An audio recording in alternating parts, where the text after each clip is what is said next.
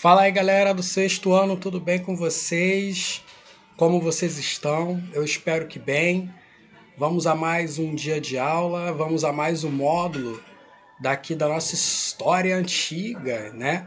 Bem, como vocês estão percebendo, estamos no módulo 13 e a partir de agora nós vamos falar a respeito do mundo grego, né? Já falamos sobre fenícios, egípcios, babilônicos, já falamos de muitos reinos, muitas civilizações antigas e chegamos finalmente no mundo grego, tá?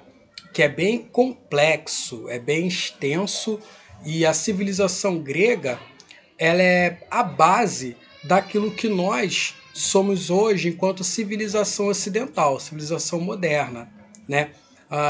Junto com os romanos, os gregos contribuíram muito para a nossa língua, para alguns dos nossos costumes e por aí vai, tá? Nesse módulo 13, nós vamos falar de dois períodos do mundo grego, que é o período homérico e o período arcaico. Há outros que falaremos mais à frente, mas nesse primeiro momento da nossa linha do tempo, nós vamos falar sobre o período homérico e o período arcaico, né? E as fases, as transformações que acontecem nesses dois períodos, tá legal? É importante falar que o mundo grego ele trouxe pra gente a mitologia grega, trouxe pra gente muitas histórias, muitas contribuições para o nosso idioma também, né? Então, vai ser uma aula bem interessante para vocês, tá legal? Vamos começar aqui com um mapa da Grécia Antiga. E aqui vem dizendo que não existia desde a antiguidade um país único chamado Grécia, como nós temos hoje. Hoje, se você for procurar no mapa, você vai ver lá, né? O país, Grécia, seu território, suas fronteiras e tudo mais. Só que na antiguidade, o que nós vamos chamar de Grécia, não é um país, tá legal? Bem, havia um elo entre as populações que habitavam a região. Essa região aqui que está no mapa, que é a região da Magna Grécia. A Magna Grécia é aqui onde eu estou circulando, né? E a Península do Peloponeso, tá? Ah, qual é a diferença aqui? É que a Magna Grécia é toda essa região aqui ligada ao continente europeu. E a Península do Peloponeso, como diz, é uma península, né? Já falei um pouquinho sobre o que é península para vocês, não é? A península é uma ilha, né? Aqui, ó, ela tá cercada de água, mas ela de alguma forma é ligada, tá aqui a ligação ao continente. Então, uma península é uma região insular de ilha, porém essa ilha ela é conectada ao continente por uma extensão de terra, uma pequena extensão de terra. Então, essas populações que viviam aqui, nessas cidades-estados gregas, todos eles são considerados gregos, tá? Não existe um país chamado Grécia. Existem várias cidades-estados, são cidades autônomas, cidades independentes, com governo próprio, com leis próprias, e cada uma dessas cidades autogovernadas, elas participam da mesma cultura, do mesmo universo cultural. Todos eles falam a língua grega, todos eles veneram os deuses da mitologia grega, são considerados helenos, eles se chamam helenos, tá? Eles não se auto-chamavam gregos não, tá? Sim, helenos, é a cultura helenística. Então, todo esse conjunto de afinidades, todo esse conjunto de coisas que são comuns a todos esses indivíduos, tornam eles gregos, ok? Não é um país chamado Grécia nesse período. São várias cidades-estados diferentes que todos eles participam de uma cultura única, de uma língua única, de uma religião única. Isso os torna gregos, ok? Do mundo grego emergiram práticas e tradições que representam um legado para as sociedades contemporâneas. Podemos afirmar que a civilização grega é uma das bases culturais do mundo ocidental. Influenciou a linguagem, a arquitetura, a arte, a política e o pensamento em geral. Uma coisa que chegou muito forte para a gente também é com relação à própria religião grega, né? Que nós conhecemos bem através dos filmes, dos livros, das séries. Lembrando que os gregos, eles são politeístas. Eles acreditam em vários deuses diferentes, ok? Bem, continuando aqui no nosso quadro digital, né? Deixa eu descer aqui. O período da história grega compreendido entre os séculos 12 e 8 é conhecido como período homérico. Esse é o primeiro período que nós vamos estudar, o período homérico. Então, o período homérico ele vai dos séculos 12 ao século 8 antes de Cristo. E ele é conhecido como período homérico em função de um poeta, tem como referência esse nome o poeta Homero, autor de duas principais fontes históricas, fontes de conhecimento sobre essa época, que é a Ilíada e a Odisseia. São dois livros escritos por Homero contando algumas de algumas situações que ocorreram na Grécia antiga, ok? Desse período entre o século 12 e 8. E há uma mistura de mitologias nessas histórias de Homero, mas ainda assim são fontes importantíssimas para que a gente possa entender, compreender esse período do século 2 ao século 8 a.C. Alguns historiadores acreditam que Homero teria nascido em Esmirna, a atual Turquia. No entanto, outros pesquisadores duvidam de sua existência, defendendo que as obras atribuídas a Homero teriam sido transmitidas oralmente por séculos e séculos. É difícil afirmar quem tem razão nessa discussão. Apesar das controvérsias, a sobrevivência de suas obras é o principal ponto, pois são narrativas fundamentais da literatura mundial e da humanidade. A Ilíada, ela narra a guerra entre vários povos do mundo grego e a cidade de Troia.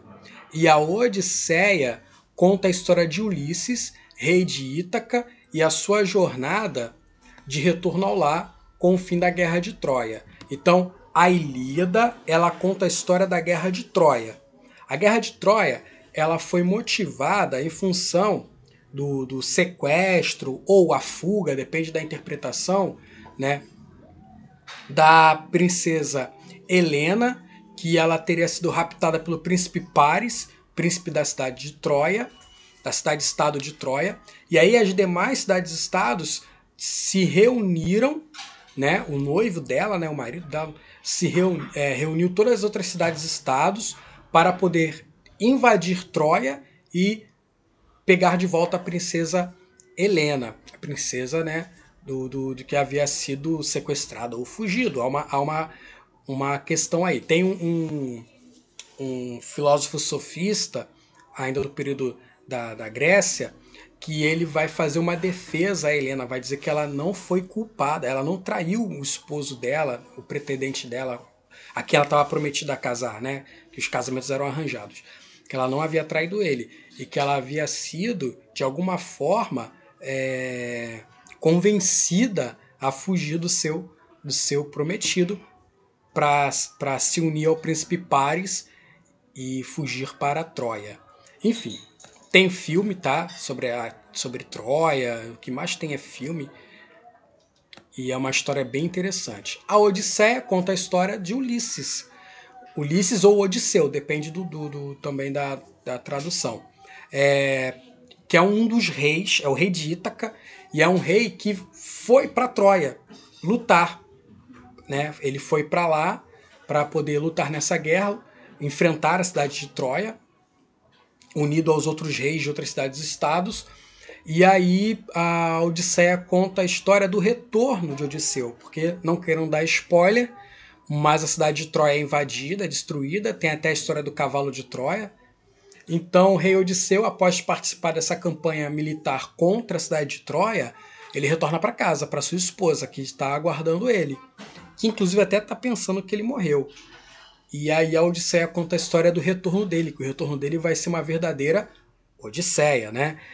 Que a gente usa até o termo Odisseia para falar a respeito de uma viagem muito difícil que você faça, é, é, de você enfrentar alguns problemas e tal, você fala que está passando por uma Odisseia.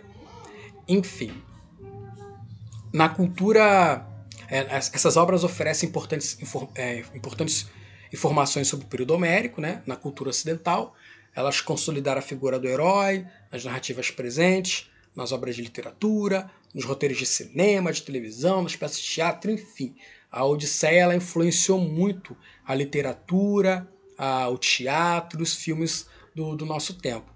O herói é representado como aquele que enfrenta os desafios, que busca em sua jornada a glória, ou simplesmente voltar para casa para os braços da sua esposa antes que outra pessoa se case com ela, né? Além das fontes literárias, existem as fontes arqueológicas sobre o período. Considerando a distância cronológica, é importante combinar diversas fontes para os estudos sobre o tema. Depois vocês vão ver aqui no livro de vocês essa questão. E aqui fala sobre a cidade de Troia, a mítica cidade de Troia, e tem uma foto aqui de escavações de Troia na Turquia, tá? Bem, agora vamos falar sobre a organização política, econômica e social desse mundo grego, tá? Bem, durante o período homérico, ainda estamos falando sobre o período homérico, tá? Desenvolveu-se na Grécia um modelo de sociedade baseado em estruturas familiares, que formavam comunidades agrárias autossuficientes, ou seja, eram comunidades familiares formadas por famílias, né, que praticavam a agricultura e de uma forma que fosse autossuficiente, ou seja, que eles não precisassem de outras pessoas ou outras famílias, outras comunidades. Eles conseguiam plantar, colher para a própria sobrevivência. E instaladas em propriedades coletivas, ou seja, eram famílias que cuidavam de uma terra e essa terra não tinha um único dono. Essa terra era compartilhada por todos, por todas essas famílias, né? Essas estruturas familiares de terras utilizada por todos, né, de coletivização, que é autossuficiente e tudo mais, eram denominadas genos, ok? O trabalho era feito por escravos comprados ou capturados em ataques a locais vizinhos. Cada genus era liderada por um chefe, o pater. Além das ligações de parentesco, o pater era considerado um chefe político, jurídico, militar e religioso, responsável por manter o respeito às tradições religiosas e às leis. Essa era a organização da sociedade gentílica, ok? Genus, sociedade gentílica. Com o aumento populacional, as técnicas agrícolas já não possibilitavam o sustento de todo o grupo. Como consequência, o pater passou a concentrar as melhores terras. Os mais próximos do pater recebiam privilégios, o que aprofundou as desigualdades. Então, perceba que começou a se construir uma estrutura de hierarquia. Antes, todo mundo era dono de todo mundo. E o pater era o cara responsável por organizar a genus. Mas aí o pater ele começou a adquirir terras para si e começou a dar privilégios para as pessoas mais próximas a ele. E aí acabou criando uma estrutura de hierarquia, onde você tem o pater como uma figura no topo, abaixo dele as pessoas mais próximas a ele, né? Os demais e escravos na base, né? E aí daí vai surgir a desigualdade social, porque antes era todo mundo compartilhava tudo e agora o camarada ele controla as coisas na mão dele e dá privilégios para quem ele quer. Então, desigualdade social. Uns têm mais, outros têm menos, não é? Assim, houve uma tendência de desaparecimento da propriedade coletiva e de fortalecimento econômico do chefe local e seus parentes mais próximos. E aí vai formar o quê? Uma elite, né? Quem está no topo, que é o pater, e quem está em volta dele, forma uma elite, né? Porque tem mais privilégios do que os outros e tem mais poder de comando. As elites, com afinidades culturais, passaram a se unir para manter o controle sobre a propriedade. Os genos passaram a se fundir, dando origem às frátrias. Então, vários genos unidos formavam uma frátria. Nas frátrias, a desigualdade era evidente. Os eupátridas, que são conhecidos como bem-nascidos, os bem-nascidos, formavam a aristocracia, com suas terras e seus privilégios. Uma aristocracia é um governo feito por poucas pessoas. Eles governam para poucas pessoas. Isso para poder sustentar os seus próprios privilégios. Os pequenos proprietários eram chamados de georgóis. E por fim, havia os tetas, que não possuíam terras e eram excluídos da vida pública, ou seja, não podiam participar da política. Nesse contexto, houve uma onda de expansão e foram estabelecidas colônias gregas pelo Mediterrâneo, ocupando áreas, por exemplo, nos atuais sul da Itália, Península Ibérica e norte da África. Então aqui nós vamos ver isso aqui. Então, conforme esse modelo político, né, foi se expandindo, foram ocupando outras terras, né? E a partir daqui, desse centro, se expandindo para outras regiões, a cultura grega ela vai se expandindo também. Por isso que aí nós vamos ver o mundo grego, né? A cultura grega espalhada ali nessa região da Magna Grécia, da Península do Peloponeso, e aí chegando na Ásia, África, e lá na Península Ibérica, onde hoje é Portugal e Espanha. Bem, ao longo do tempo, as diversas frátrias se fundiram em tribos. Então, a união das genos forma uma frátria. A união das frátrias forma uma tribo, né?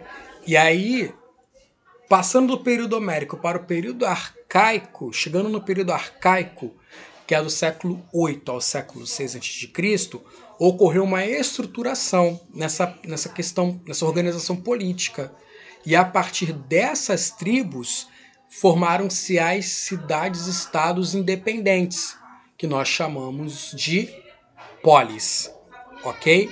E aí agora nós vamos falar um pouquinho sobre a polis. O que é a polis? A polis é aquilo que eu falei aqui em cima, uma cidade-estado independente, né? É um país do tamanho de uma cidade, digamos assim, né? Mal comparando. A polis. Em um cenário de fragmentação, as cidades-estados tornaram-se a principal unidade política do mundo grego na antiguidade. Apesar de estarem ligadas pela língua e pela religião, elas tinham autonomia em relação à política e à organização econômico-social também. São exemplos de polis as cidades gregas, as cidades-estados de Atenas, Esparta, Tebas e digo outras, Corinto, Creta e por aí vai. Tá? Esparta já falei, e por aí vai. Nelas, uma fração dos habitantes controlava os destinos da polis, os cidadãos. Para ser considerado cidadão, atenção, quem era considerado cidadão? Era preciso ser homem e livre. A eles, a lei garantia direitos e deveres. Então, para ser cidadão, não pode ser escravo e não pode ser mulher, ok? Então, homens e livres. Quando falo livre, é não escravo. A eles a lei garantia direitos e deveres. Eles poderiam ter direitos e deveres. Dessa forma, apenas uma minoria participava politicamente e tinha direitos naquelas organizações societárias. De modo geral, estrangeiros e mulheres estavam excluídos do acesso à cidadania. Outro grupo banido da participação política e da vida social eram os escravos, que apesar de constituírem a base do funcionamento da economia da polis, não tinham direitos como homens livres, ok? Escravo não tem direito a nada, ok? Bem, continuando, tem aqui um mapa, né? Um mapa não, uma foto da Acrópole, ok? Da Acrópole de Atenas, tá? Bem, deixa eu jogar aqui para cá. Ainda que houvesse um desenvolvimento local em cada uma das cidades-estados, havia características comuns a elas. A Ágora era a praça central.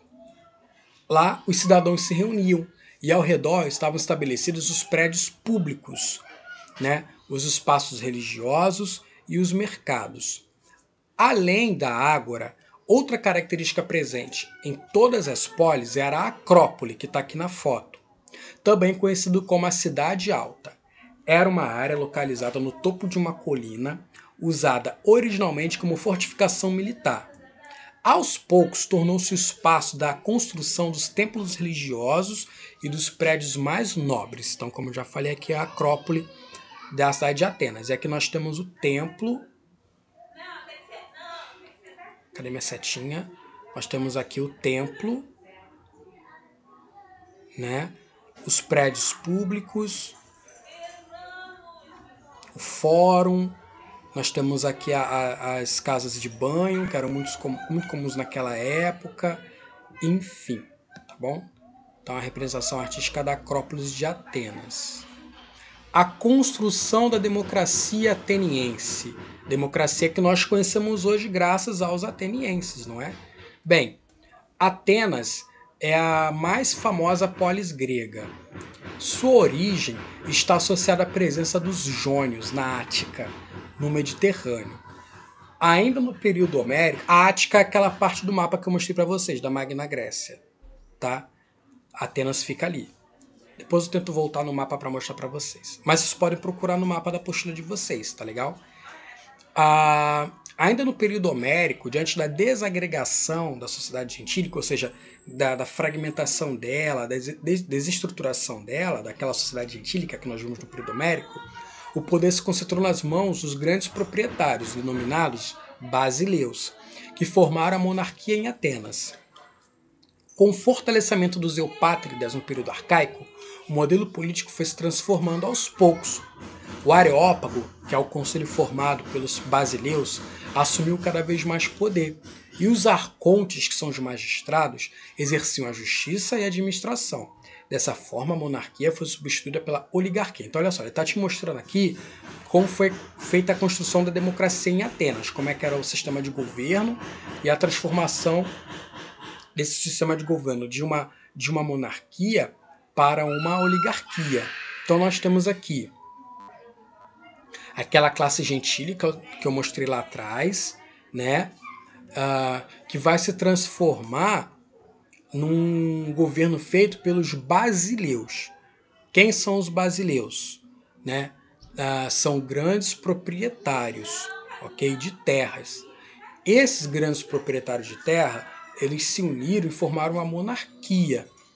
Né? Um entre eles se destacou para poder governar como um monarca, como um rei. Tá? E aí, no período arcaico, o fortalecimento dos eupátridas, né, fez com que o modelo político fosse se transformando aos poucos. E aí o Areópago, que era o conselho formado pelos basileus, o Areópago é aquele união dos basileus, os proprietários de terras, que formaram a monarquia. Né? O Areópago é o nome que se dá à união desses basileus, que construíram a monarquia. Né? Então, eles assumiram cada vez mais poder. E aí os arcontes, que são os magistrados, os arcontes são os caras responsáveis pela justiça, como se fossem os juízes, né? E a administração da cidade. Aí dessa forma,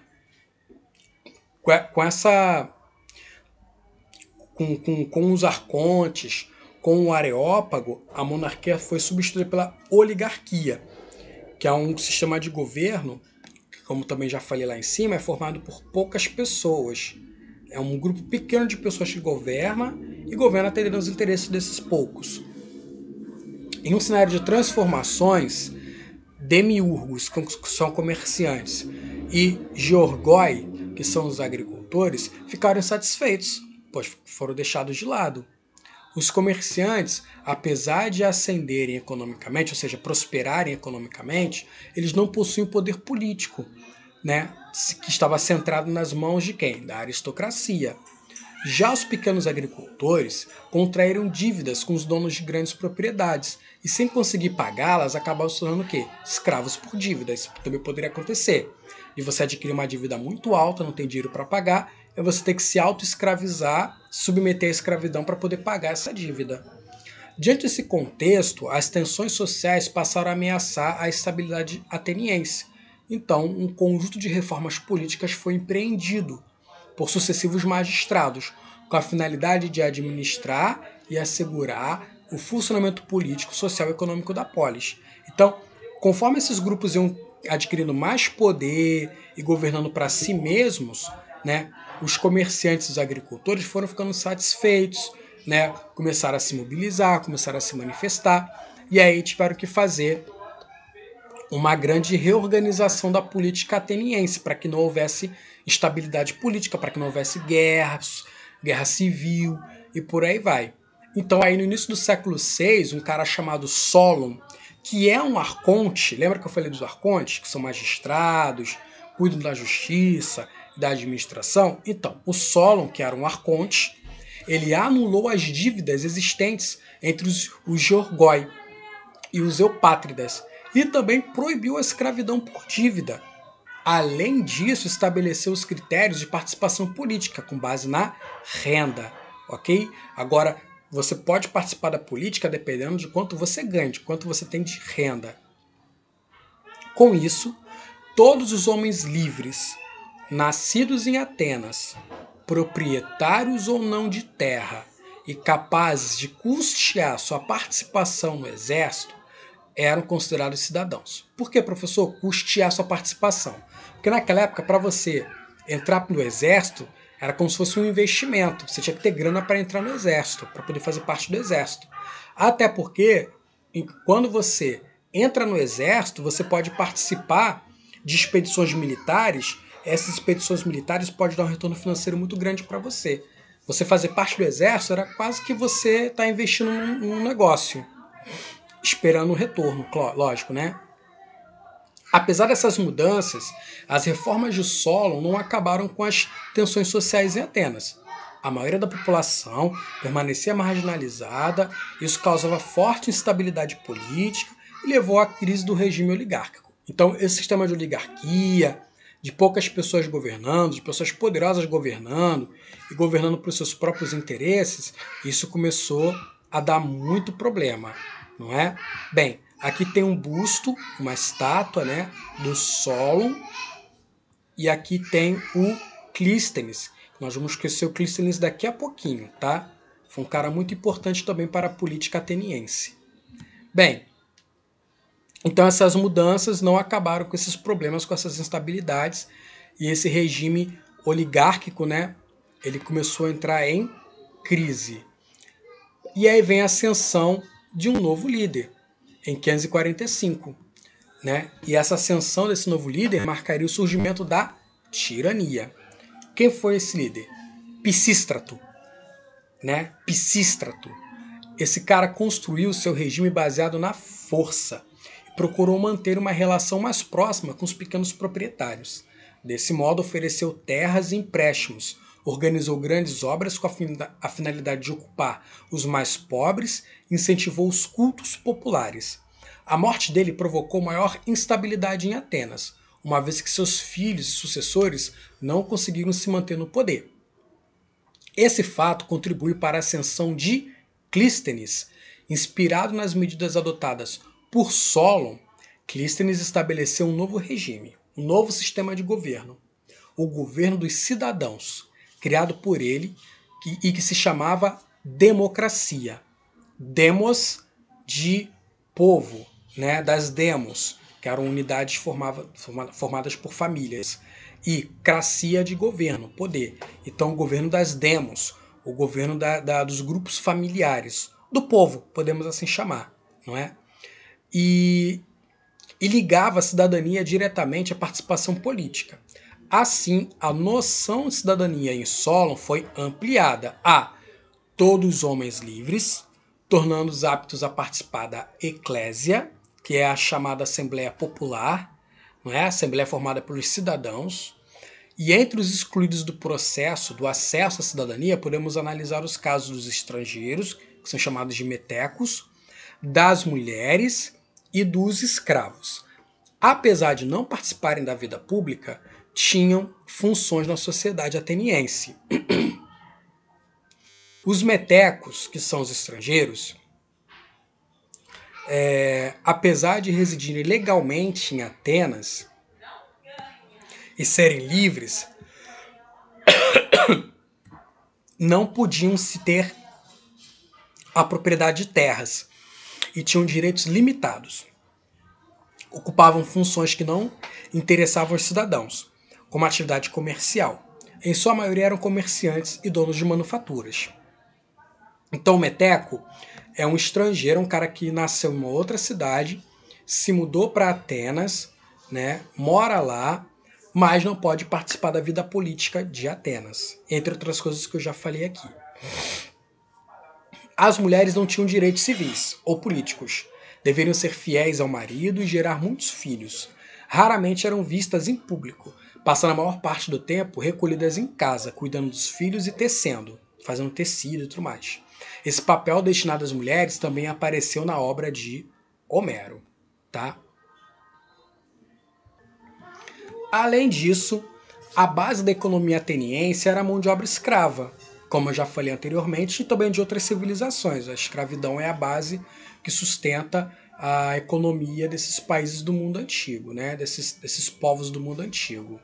Em linhas gerais, a democracia ateniense combinava a participação direta dos cidadãos com órgãos colegiados e funcionários que exerciam funções diretas. Isso quer dizer que a participação dos cidadãos se dava de maneira direta na eclésia, que é a Assembleia Popular, e ao mesmo tempo, na maneira direta na eclésia, e ao mesmo tempo havia funcionários escolhidos para exercer suas funções. No entanto, cabe lembrar que tal participação não era para toda a população, ou seja, nem todos podiam ter essas funções e nem todos eram de fato considerados cidadãos, pelos motivos que eu já mencionei, tá bom? Heranças do mundo grego para o nosso tempo. Do mundo grego sobreviveram hábitos, tradições e práticas que inspiraram a formação das sociedades contemporâneas ocidentais do nosso tempo. A palavra política, por exemplo, vem de uma derivação de polis. A palavra grega que utilizamos para nos referir às cidades-estados estava associada à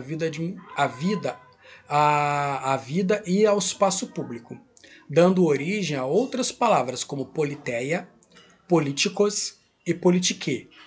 Hoje usamos política para nos referir ao ato de governar e às ações sociais na esfera pública. Além disso, nem todo conceito tem o mesmo sentido que tinha na antiguidade grega. A ideia de cidadania, por exemplo, é um desses exemplos. Para os gregos, ser cidadão era uma condição restrita apenas a algumas pessoas, como homens livres, que não fossem estrangeiros, né? Somente cidadãos poderiam participar politicamente das decisões. Dessa maneira, havia uma conexão direta entre ser cidadão e ter direitos políticos. Na nossa sociedade hoje, por exemplo, todo mundo é cidadão, né? Mas, por exemplo, para votar, nem todos podem votar. Menores de idade não podem votar, exceto quem tem 16 anos, que aí pode votar caso queira, e aí a obrigatoriedade do voto é a partir dos 18 anos de idade, e por aí vai. Mas, basicamente, na sociedade todos são considerados cidadãos, mas há uma restrição em função da idade para participar da vida política. Não é? É importante lembrar que, com a condição de cidadão restrita a poucos, percebemos na democracia ateniense características que hoje são consideradas segregadoras, absurdas para a realidade atual. Por exemplo, a exclusão das mulheres do processo democrático, além da existência de escravos, né? Então são coisas que pra gente hoje é meio que absurdo, mulher não votar e ter escravo. Mas para eles isso era ok, era normal, né? Isso favorecia a participação de poucos, uma vez que os cidadãos não precisavam se preocupar com o trabalho e tinham tempo livre para a prática política. Então, os escravos, botar um escravo para trabalhar no seu lugar, você ter um escravo e botar ele para trabalhar, né? Uma coisa que você poderia fazer, deixa você com tempo livre para praticar a política. E era o que os gregos faziam, os atenienses faziam, né? Enquanto os escravos cuidavam de suas terras, cuidavam de suas casas e tudo mais, o ateniense ele tinha tempo livre para poder praticar a política. Para os atenienses, o governo dos cidadãos passou a ser designado como democracia no século 6 a.C. Então, democracia é esse governo feito por esses cidadãos, de quem pode ser considerado cidadão. Esses indivíduos eles participavam diretamente da vida política da cidade de Atenas e participavam das reuniões públicas na Eclésia, que é a Assembleia Popular, para debater política, debater as decisões da cidade, debater economia, construções de pontes, aquedutos, né? Se vai fazer guerra ou não vai fazer guerra. Os cidadãos é que se reuniam para poder decidir. E quantos são esses cidadãos? Qual é a quantidade deles? Bem, cerca de 10% da população tinham esse direito, né, de ter essa vida política. Mesmo assim, era um número superior ao do modelo oligárquico.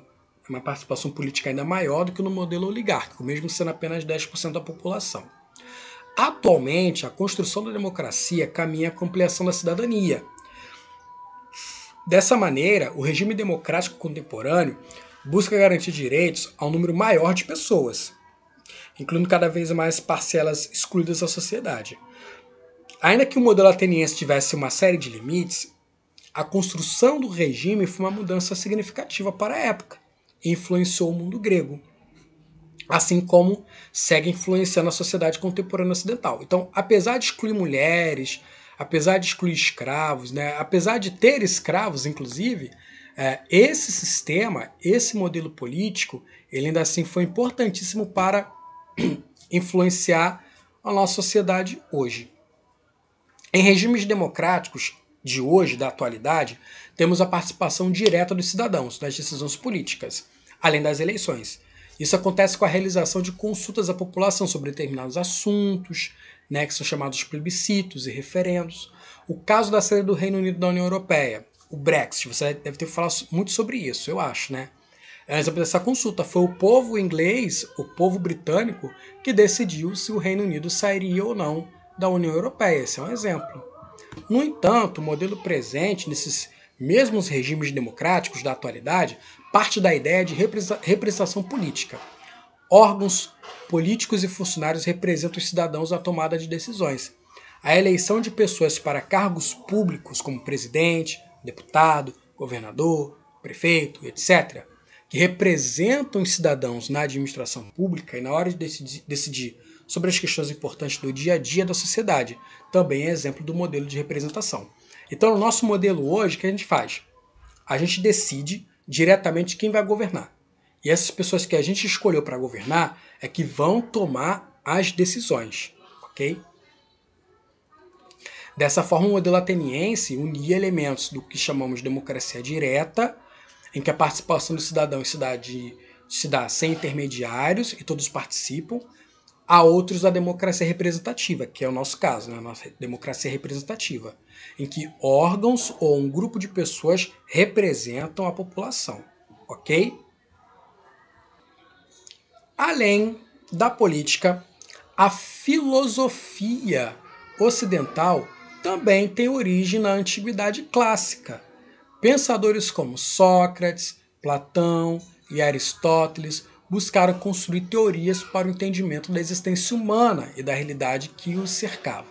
E eu usei um termo aqui, antiguidade clássica. É como nós chamamos esse período da Grécia antiga, antiguidade clássica, tá? E aí começamos a falar sobre filosofia, né? Sobre vários pensadores, Sócrates, Platão, Aristóteles, que são os três principais filósofos da antiguidade clássica, desse período da Grécia Antiga. Os gregos também deixaram manifestações artísticas e esportivas que permaneceram bastante relevantes no mundo contemporâneo, como é o caso dos Jogos Olímpicos, do teatro grego, né? No século V a.C., o teatro grego viveu seu ponto mais alto, seu apogeu. As festas em homenagem ao deus Dionísio abrigavam, entre outras coisas, concursos teatrais que envolviam os principais autores da época, dramaturgos, que são pessoas que escrevem peças teatrais, os dramaturgos, né? Que é o caso de Aristófanes, Ésquilo, Eurípides, Sófocles, né? Esses caras escreveram textos teatrais que sobreviveram até os dias atuais, pois continuam a ser encenados e influenciando criações no mundo inteiro, como as peças Medeia, as Troianas, as Bacantes, que é de Eurípides, Prometeu Acorrentado, e Sete contra Tebas, de Ésquilo, Édipo Rei e Antígona, que foram escritas por Sófocles. Vocês podem, inclusive, pesquisar essas peças teatrais na internet, né? E também Lisístrata e A Paz, de Aristófanes. Aqui tem um exemplo de um teatro grego, tá aqui na foto para vocês verem, né? Olha que bonito, um semicírculo, né? Um anfiteatro. E aqui o centro, o palco, com essas estruturas para representar o fundo do palco, o cenário.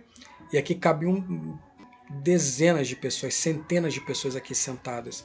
O que é interessante é que esse modelo de teatro aqui, dessa arquibancada, ele foi construído de uma forma que a pessoa aqui em pé falando, ela pode ser ouvida pela última pessoa sentada aqui na arquibancada.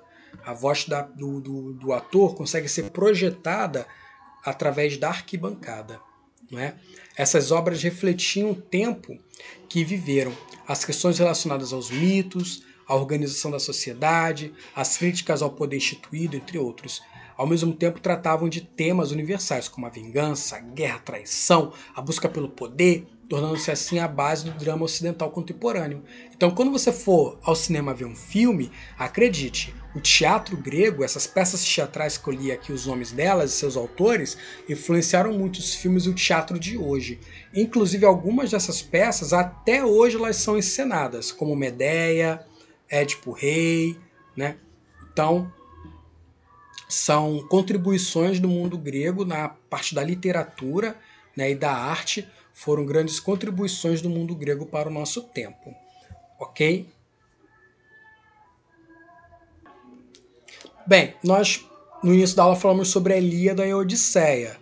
Né? Não sei se de repente vocês já viram algum filme sobre isso, ou de repente até jogaram algum jogo de videogame que tratasse da temática grega, o que não é muito difícil de acontecer, não é? Bem, você já ouviu falar então de um personagem, sobre algum personagem, alguma história, né, que está presente nas obras Ilíada e Odisseia, não é? Talvez você não soubesse a origem desses contos, mas teve contato com os aspectos deles em filmes, histórias em quadrinhos, livros adaptados, entre outros. Muito se discute sobre a existência de Homero, que teria sido responsável por contar algumas passagens da história dos gregos. Um fator importante a respeito da discussão sobre sua existência é em relação à cronologia, uma vez que ao estudar o tema percebemos que a cronologia da Ilíada e da Odisseia difere daquela pesquisada por historiadores, não é? E aí tem uma questãozinha aqui. Em sua opinião, o fato de Homero ter ou não ter existido impede que usemos essas obras para conhecer aspectos da civilização grega? Você acha que os poemas Ilíada e Odisseia podem ajudar ou atrapalhar os historiadores a saber mais sobre a civilização helênica? É interessante falar sobre as peças teatrais que eu mencionei agora há pouco. Essas peças teatrais, por mais que fossem apenas peças teatrais, fossem contos fictícios, né? Elas ainda assim contribuem para que a gente possa entender sobre o passado dos gregos. Então a gente já pode entender que essa obra de Homero, ela ainda assim é muito importante para nós. Na página 263 fala um pouquinho sobre o Homero, tá bem aqui em cima, tá bom? Mas vocês dão uma lidinha a respeito dele. Então a Ilíada e a Odisseia, elas são fontes históricas importantíssimas para que nós possamos conhecer esse período. Bem, concluindo nossa aula de hoje, nesse módulo conhecemos um pouco da civilização grega, suas estruturas, o grego como outros povos de outras épocas e lugares buscavam formas de organizar a sociedade, por isso criaram um complexo de mitos que continua popular, sendo revisitado até hoje, além de estruturas políticas, econômicas e sociais que influenciaram os modelos de pensamento ocidental contemporâneo. Estudamos que o processo de gradativa organização do poder no período homérico deu origem à polis no período arcaico. As cidades-estados passaram a se formar, a ser a forma de organização predominante na região e se desenvolveram a partir de então. Aprendemos que a polis de Atenas viveu uma intensa modificação de suas estruturas políticas e sociais ao longo dos séculos 6 e 5, construindo por lá um novo regime chamado de democracia, que ampliou a noção de cidadania existente até então. Esse processo foi bastante relevante naquele momento histórico e segue ainda hoje impactando o mundo ocidental como um conjunto de legados. Ok, galerinha? Então, é isso. Não deixe de fazer os exercícios, tá legal? E até a próxima aula.